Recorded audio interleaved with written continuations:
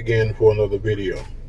So on this video, I'm going to be talking about hypergamy. I'm going to be talking about female nature, but not in the way that you may think.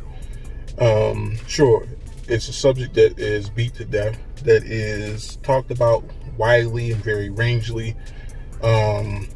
It's one that has been sussed out back and forth, but of course, you guys understand that I have a different perspective on things. So I'm here to bring you that. So I was having a conversation not too long ago with my submissive, and we were having a conversation about something that Kendra said.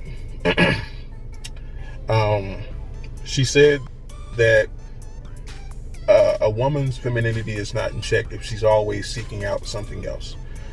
And I want to dive into why that is.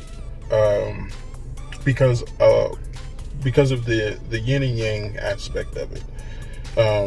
Pimp God recently just talked about that in one of his videos. And what I want to say about it is that women are chaotic in themselves. That is their nature. Their nature comes from chaos, because men's nature comes from order. And this is the yin and yang. This is the complementary system. Also, this is the way things are supposed to be. But there should always be a check and balance in this. And the check and balance should be the small bit of rationality that was passed down to a woman from a man. Because I don't personally believe that women have the ability to self-correct themselves. The self-correction comes from a structure that already exists. It does not come from within themselves. Men create the structure because the structure comes from within us. Because that's how things have been ordained to be. It's no coincidence that no matter where you go in this world, there will always be a system governed by men. And women are made to adhere to it as well as men. But my point is that women themselves have no ability left to their own devices to govern themselves in such a way that they will be consistent in a way that it displays discipline. This is the reason why also the Book of Deuteronomy says that a woman does not display discipline. A woman has no ability to display it. A woman displays punishment because it is emotional based. This is why everything that people are saying comes together. All these ideas, all these aspects, all these rhetorics and talking points, they have validity to them because they exist in the reality. And I believe that anything that exists in the reality is the truth. Now, don't conflate that with me saying that just because something bad happened, that is the right thing to do. The truth isn't right or wrong. The truth just is. It's no different than the red pill or the blue pill, or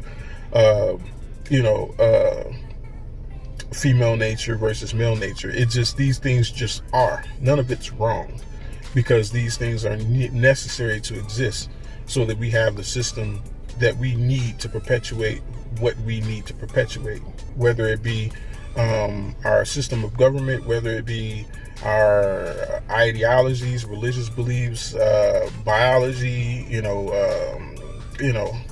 periodic table, whatever. All this stuff exists because it is the truth. But anyways, back to my point. My point is that women need men in order to govern them. In order to govern them in such a way that they display discipline. Discipline was never given to women in their nature. So you can't expect a woman to discipline herself. Only thing that you can expect a woman to do is what she's supposed to do. She is supposed to reverberate a man's energy. And that comes in the way of his discipline as well. I'm a firm believer. I'm a teacher myself. Not actually a doctorate, No. I'm a teacher because I know something that everyone else doesn't know, and I know how to articulate it in such a way that people can understand it. At least that's what I think anyways. I hope that you can understand what I'm saying. But anyways, in that, I understand the principles that come along with teaching. It comes with consistency. It comes with a knowledge base. It comes with applying yourself first to yourself.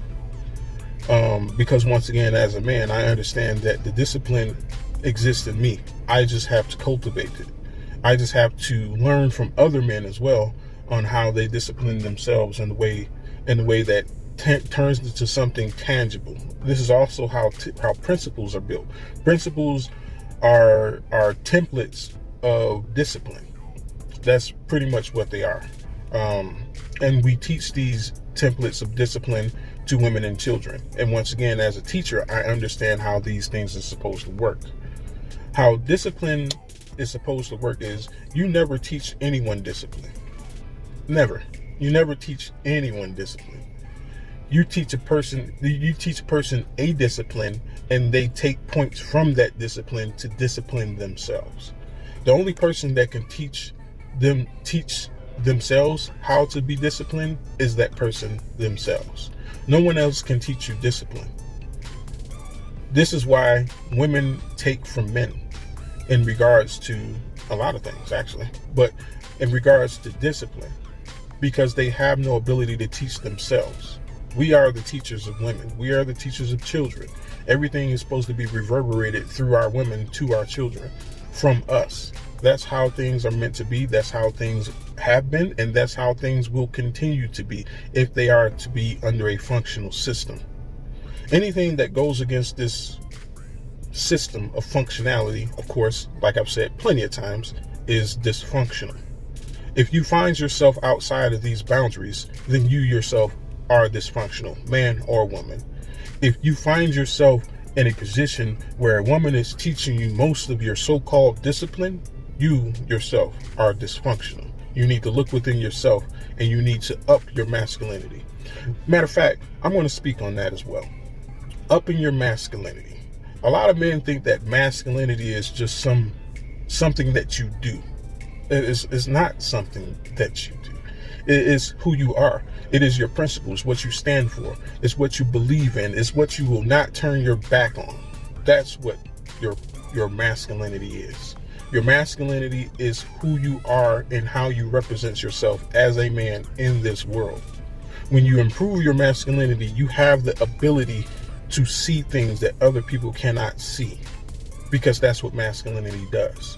Masculinity gives you eyes that peer through any wall, peer through any substance.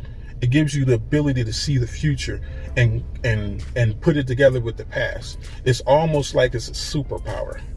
And I can't understand why any man would not want to work on their masculinity. Why wouldn't you want to work on your superpower? Why wouldn't you want to improve your superpower? Why wouldn't you want to be a superhero? Not to save people, but to be feared, so that people do not test you, so people think twice when they come into your space about how they're acting and how they're behaving. Why wouldn't you want to have that power? Why? Why wouldn't you want to have a power to discipline yourself, and not only have the ability to discipline yourself, but to put everyone under you and around you under that same discipline through leadership? Why? Why would you want to settle for less? I know why. It's because it calls for work. It calls for effort. It calls for sincerity in something. It calls for commitment. These are the core roots of masculinity. Sincerity, commitment, work. If you do not have these things, you need to work on them. You need to find out where to get them. I mean, hell, everybody knows where Walmart is. Go to Walmart and go pick up you some commitment. I'm sure they sell it, probably made in China. But anyways, my point. The women around you, they are going to be chaotic. You have no control over that. This is the reason why hypergamy exists the way it does. Is because it comes from a state of chaos. Because it is part of female nature. It's not a part of femininity. Don't confuse the two. Hold on, got a call. But anyways, where was I? I swear my life is always, there's always something going on. Oh man. But anyways, femininity isn't made to check itself. When you get in the realm of hypergamy, it is always going to seek out the best thing. It is always going to chaos. Chaos seeks something out and it destroys it. Now, this comes in many forms. Sometimes it comes in a physical form. Sometimes it comes in a spiritual form. Sometimes it comes in an emotional form. It comes in many different forms. A woman's chaos. Now, what I mean by destroy is not actually physically destroying something. It goes to, let's say when you're dealing with hypergamy, it goes to a woman's, ability to garner a man's attention. She gets that man's attention. She thinks that this man is the man that she will be with for life. And that's kind of weird, because it's kind of weird how hypergamy always goes into this state where it operates off of certainty, and then it goes to uncertainty almost instantaneously without no breaks in service. You know what I mean? This is just the way it's built. But it goes from high certainty to maybe there's something else I'm missing. And then when it does that, it destroys the idea it destroys that certainty.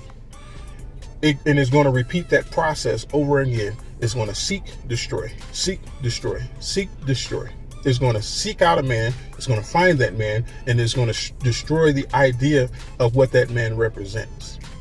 Now, if you as a man were to operate in such a way, you would find yourself in chaos as well. This is the reason why you should not move when a woman moves. You should not jump when she says jump, and not verbally, but you should not be so quick to move, because she operates from a form of chaos. And this is not, once again, to say that women are bad.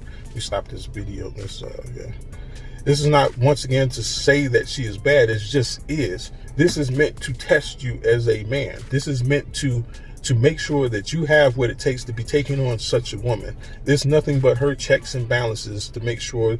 And it's kind of weird how they can check for what's good for them, but they can't apply what's good for them. It's a strange system, but I didn't make it, so whatever. But my whole point of it is to expect for a woman to hold to something outside of a man's discipline that has been instilled in her, whether it be it comes always from a previous structure. This is the reason why man comes first and then a woman, because everything that she is came from us. And this is the reason why a man's seed is actually the seed of creation, because she doesn't have the ability to create. If she did, she would be asexual. And that's just not how things work. Even biologically, they figured out that if they pair together, they figured out how to pair together two men's sperm in order to create a baby. But they haven't figured out how to pair together the DNA from two eggs and create a baby. Why? Because you're missing something else. But anyways, I don't want to make this super duper long, because I actually have things that I have to do today, and every minute counts to me. But I hope you guys understand where I'm coming from. That you as a man should always function in such a way that your masculinity precedes you. It should be something that you wear in your sleeve and in your heart. It should be something that you understand and know very well. It should be your best friend. Like I said, my principles and my masculinity are my wolves. They keep me safe. They keep me in line. They keep me on the path that I need to be on. They remind me of when I'm not doing something that I'm supposed to be doing. So that's the way I look at it. So hopefully you men can understand that. And any of you women out here who's going to say, oh, I know a woman that's disciplined and this and that, she got that from a man. Nothing that a woman is outside of her femininity and her nature derives directly from her. Everything that she is, that you see, is a man. Period. I can name everything that she has on, everything that she buys, it's from man. It doesn't matter. That's the starting point and that's the end point. I'm probably going to make another video. I'm going to be talking about, hopefully I can get my thoughts together, because like I said, I don't write anything down, and I forget stuff all the time. But hopefully I'm going to do a future video on male sovereignty and why the gynocracy does not want that. It's going to be more of a it's going to be semi-spiritual based, but not really. Oh, hell. Might as well talk about it now. So anyway, matter of fact, no, I'll wait on that. That way I can chop the videos up and they're not that long. And, you know, I mean, all of what I say ties into each other, but I don't want it to be a super long video, and I don't want it to be, I don't want the thoughts to get lost in the translation. So stick with this one, mull over it, give me some feedback. If you guys enjoy the video, like it, definitely share it if you like it. What else is there? Invite more people to the channel. I don't know. I don't know. I don't want to be one of those guys who are like, yeah, I need more subscribers. You know what I mean? Give me money. And, you know, I'm not that guy. I have everything that I need. The only thing that I need from you guys is your attention, your sincerity in this channel. Anything past that, I don't need it. But anyways, this has been a Wolf and Beta Close. May you have a good day, and peace be with you.